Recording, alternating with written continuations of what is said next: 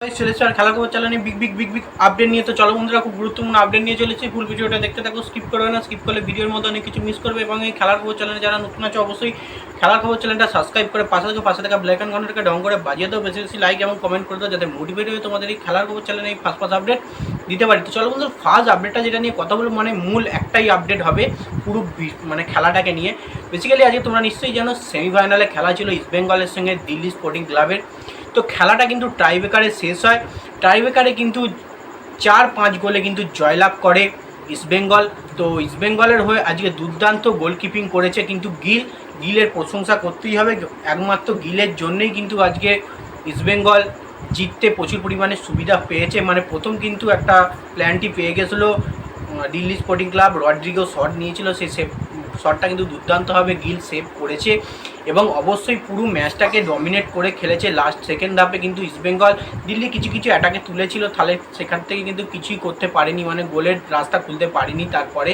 এবং ইস্টবেঙ্গল প্রচুর পরিমাণে সুযোগ কিন্তু নষ্ট করেছে। তাও কিন্তু টাইব্রেকারে গিয়ে সেই গিলের সেভ, সেই মাইন্ডটা কিন্তু গিলের অবশ্যই ছিল যে ইস্টবেঙ্গল টাইব্রেকারে গেলে কিন্তু গিল আবার সেভ করবে এবং ইস্টবেঙ্গল জিতবে। এবং প্রথম সেটটা পেনার, মানে দিল্লি সিটিএফসি প্লেয়ার পেনা, দিল্লি স্পোর্টিং ক্লাব পেনার শট কিন্তু প্রথম বলই সেভ করে কিন্তু ইস্টবেঙ্গলকে কিন্তু চ্যাম্পিয়ন হয়, মানে ফাইনালে তোলে।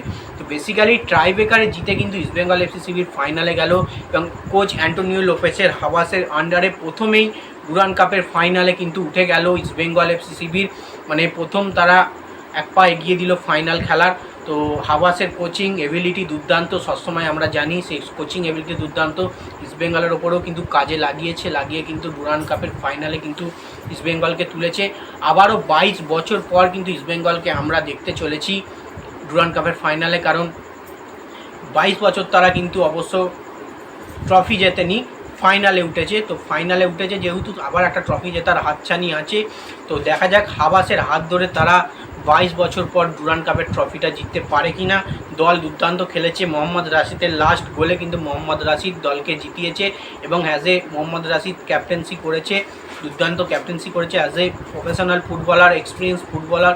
পুরো ম্যাচটাকে কিন্তু ডমিনেট করিয়েছে ইস্টবেঙ্গলকে। তো যাই হোক বন্ধুরা, দেখা যাক ইস্টবেঙ্গল কতটা ভালো পারফরমেন্স করতে পারে ফাইনালে, কারণ কালকে খেলা আছে নর্থ ইস্টের সঙ্গে মোহনবাগান। যে জিতবে তার সঙ্গে কিন্তু ইস্টবেঙ্গলের ফাইনাল হবে। তো খুব দুর্দান্ত আছে একটা হাই ভোল্টেজ ম্যাচ আমরা দেখলাম কলকাতা যুবভারতী ক্রীড়াঙ্গনে। অবশ্যই ইস্টবেঙ্গলের হোম সাপোর্টটা ছিল, সেটা কিন্তু কালকে মোহনবাগানের থাকবে না। তো এই ভিডিওটা এইটুকুই। ভিডিওটা ভালো লেগে থাকলে লাইক কমেন্ট শেয়ার সাবস্ক্রাইব করে পাশে থাকো। চলো বন্ধুরা, বাই, আবার নেক্সট ভিডিও দেখা হচ্ছে, টাটা।